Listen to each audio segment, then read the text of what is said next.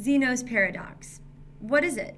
In this video, I want to say who Zeno is, what a paradox is, and what Zeno's paradox of motion is. Let's get started. First, who is Zeno?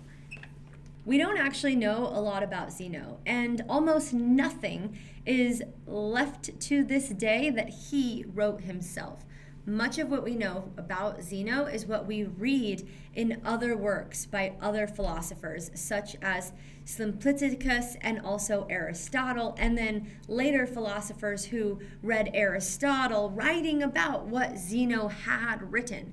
So we don't know much, but we do know that he was from a particular place. We also know from the fact that his teacher, Parmenides, was born before Socrates. We can guess that Zeno himself was born around 490 BC, which would be before Socrates. He followed a great philosopher named Parmenides, and most of what Zeno did, or most of what we think Zeno did, was argue that his teacher and potentially his romantic partner was correct. So let's think more about what he was saying. Parmenides said that all of reality is made up of one thing. It is just one indivisible, non-reducible thing. And that one thing was unchanging. So what Zeno does is come up with at least 40 different paradoxes that prove that motion is impossible. Zeno's paradox of motion shows that motion is impossible. How does he do that? Zeno offers 3 different paradoxes for sure, although some writings suggest that he had 40 paradoxes. But first, what is a paradox? A paradox is a statement which seems to give you contradictory ideas, which may be true or maybe not true.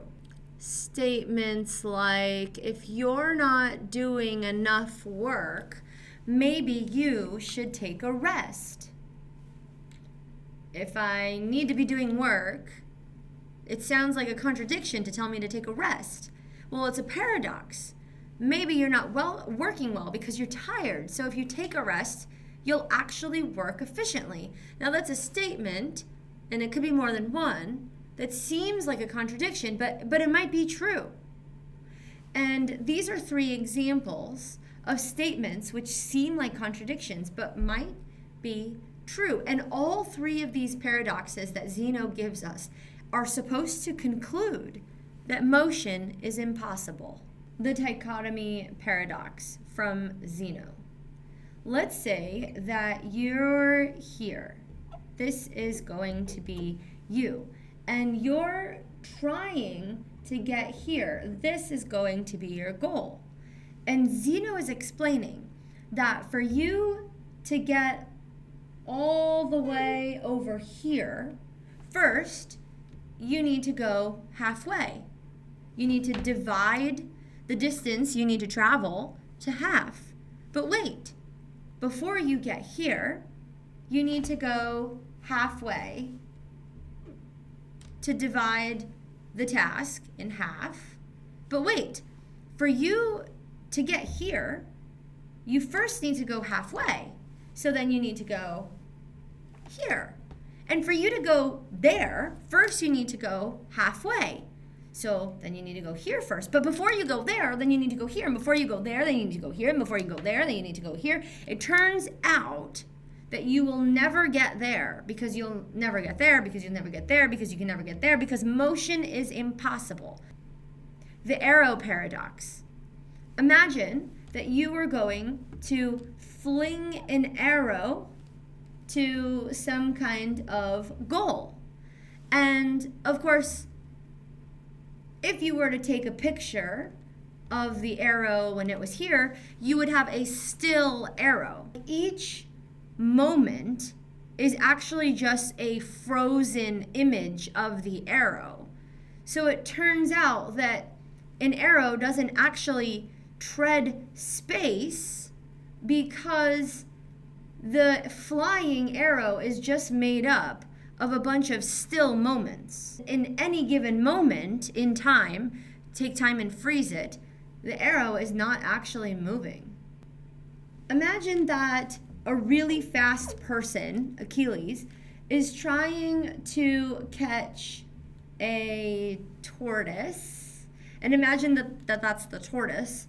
And the point here is that if Achilles starts to run, then every time Achilles is moving, the tortoise is also going forward. So before Achilles can actually catch up to the tortoise, first he needs to get to where the tortoise was. But in theory, when Achilles catches up to the place where the tortoise was, in that amount of time, the tortoise is now in a different spot. And so for Achilles to get to that new spot, first, Achilles needs to get to where the tortoise was. But if the tortoise keeps moving, as Achilles keeps moving, then Achilles can't actually catch up to the tortoise. Okay, all three of these are supposed to give you statements that seem to contradict what you might think of as reality, but they might be true nonetheless. You think that motion is real, but some of these seem to indicate that motion is impossible.